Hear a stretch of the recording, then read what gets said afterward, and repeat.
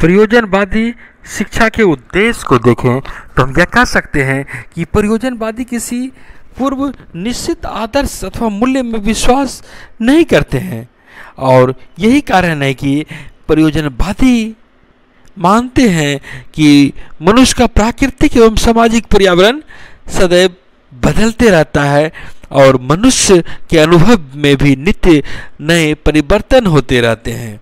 ऐसे में कोई एक आदर्श पर टिके रहना मुश्किल है। नए नए आदर्श बनते रहते हैं, नए मूल्यों का निर्माण होते रहता है। इसीलिए शिक्षा के भी किसी उद्देश्य को निश्चित नहीं किया जा सकता। यहाँ पर जॉन डेवी जो प्रयोजनवादी विद्वान कहलाते हैं, उनका मानना है कि शिक्षा के अपने में कोई उद्देश्य नहीं होते, उद्देश्य तो व्यक्तियों के होते हैं और व्यक्तियों के उद्देश्यों में बड़ी भिन्नता होती है, और जैसे जैसे व्यक्ति का विकास होता है उसके उद्देश्य भी बदलते रहते हैं। यहाँ पर डीवी व्यक्ति के उद्देश्य को बदलते रहने की बात करते हैं और वे अपेक्षा करते हैं कि बच्चों में ऐसी शक्तियों का विकास हो जो वे अपने पर्यावरण को समझ सके, अपने अनुभव के आधार पर स्वयं में आदर्श का निर्माण कर सके। इसके लिए ही डेवी ने सामाजिक कुशलता की बात कही है। सामाजिक कुशलता में व्यक्ति अपने आप को समाज के संदर्भ में ढाल लेते हैं। वहीं उनके शिष्य किलपैट्रिक ने लोकतंत्र की शिक्षा पर बल दिया है और प्रयोजनवादी आदर्शों पर आधारित उद्देश्य का निर्माण नहीं करते, बल्कि व्यक्ति की भिन्नता के साथ साथ भिन्न भिन्न योग्यता भी होती है और यहाँ पर अपने योग्यता के अनुरूप वे अपने शिक्षा के उद्देश्य को तय करते हैं। और यहाँ पर प्रयोजनवादी का मानना रहा है कि मनुष्य चूंकि एक सामाजिक प्राणी है, व्यक्ति समाज में जन्म लेता है, समाज में रहता है और समाज में ही समाप्त भी हो जाता है। ऐसे में बदलते सामाजिक पर्यावरण के साथ बच्चों में भी इस तरह की भावना, इस तरह की क्षमता का विकास हो कि वह उसे न केवल समझ सके बल्कि उसके अनुरूप खुद का अनुकूलन भी कर सके।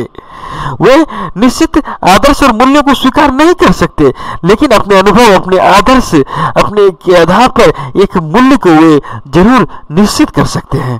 प्रयोजनवादी गतिशीलता के संदर्भ में भी कहते हैं कि बच्चे को अपनी आवश्यकता की अनुभूति होती है और इसके अनुरूप पर्यावरण को बदलने की शक्ति विकसित करना चाहते हैं। वे अपने अनुभव के आधार पर नित्य नए सत्य की खोज करते रहने के लिए वे गतिशील रहते हैं। ईश्वर मनुष्य आगे बढ़ते रहना चाहते हैं। और जॉन डेवी ने सामाजिक कुशलता के संदर्भ में कहा है कि सामाजिक कुशलता व्यक्ति के लिए पहली वरीयता, पहली आवश्यकता होनी चाहिए। सामाजिक कुशलता के अंतर्गत ही सामाजिक प्रेम, सामाजिक सहानुभूति, संवेदना, सहयोग से जीवन व्यतीत करने एवं अपने जीवन यापन के लिए योग्यता को विस्तार देने के संदर्भ में बात कही गई है। वहीं लोकतंत्रीय जीवन की शिक्षा के संदर्भ में भी उनके शिष्य प्रयोजनवादी किलपैट्रिक कहते हैं कि लोकतंत्र में भी व्यक्ति को बड़ा अपने सर्वांगीण विकास का अवसर मिलता है और लोकतंत्र के विकास को ही प्रयोजनवादी के रूप में वे इसका एक उद्देश्य मान लेते हैं।